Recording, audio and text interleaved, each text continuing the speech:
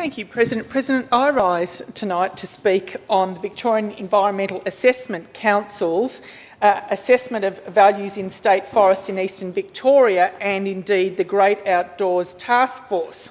Now, the Allan Government, in its establishment of the Great Outdoors Taskforce and in addition to the so-called eminent panel, reveals a very deeply flawed public land management. Now, launched in April 2024 by the Environment Minister, the Taskforce's stated aim was to review the 1.8 million hectares of forest that were, quote, previously used for timber harvesting. Now, noting that this timber harvesting footprint included in that 1.8 million hectares the Central Highlands. It included it, and now what we see is that Minister Dimopoulos is now deceitfully cutting out, excising and taking out that Central Highlands from this discussion, in effect paving the way to locking up the Central Highlands. Now, when he states then that there'll be, and go and check the website, there'll be no large-scale change in land tenure inside the Taskforce area, well, that's correct. That's East Gippsland and northern East Victoria. But it does not mean the Central Highlands. So what this is doing, it's conning the Victorian population. This is smoke and mirrors. The Minister for Environment is going to announce the Great Forest National Park at a politically opportune time. There is no doubt about it. Adding another 350,000 hectares, including areas in my electorate in Walhalla, Newgee, and then up to Buxton, Eildon, Healesville, Lakes, King Lake and Marysville. This Great Forest National Park is about restricting traditional pursuits. It's about appeasing the Gucci green voters.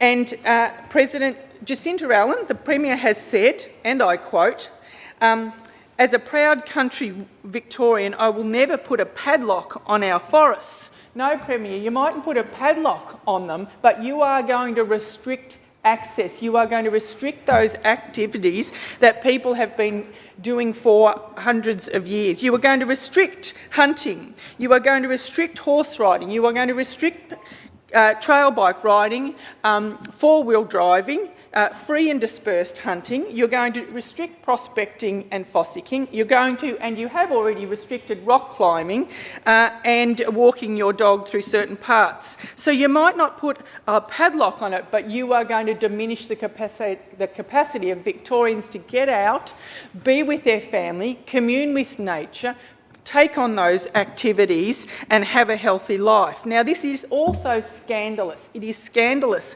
that in this document that I'm speaking to, it talks about threats to biodiversity. We're going to look at the threats to biodiversity. Well, this government has not had it's called a State of the Parks assessment. It hasn't assessed the state of our national parks since February of 2018.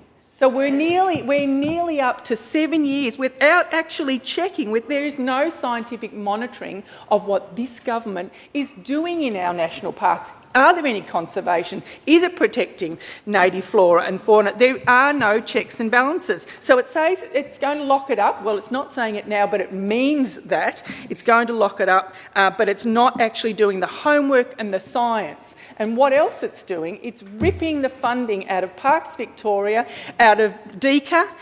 There's less boots on the ground and there are more suits bloating in metropolitan Melbourne. This is not the way to behave. $95 million budget cuts we see, and we also see the amount of rapilies being reduced by about 60%. This is a world-famous state. This is a world-famous activity and people come and live in the regions to conduct and enjoy those activities. They stimulate the economy and they provide jobs and much-needed services in there. We also have the 50,000 hectares of the Wombat-Lerderderg State Forest about to be put into national parks by this government. It's not saying it's going to look after flora and fauna any better, it's just going to do it. The impact on our regional communities is significant.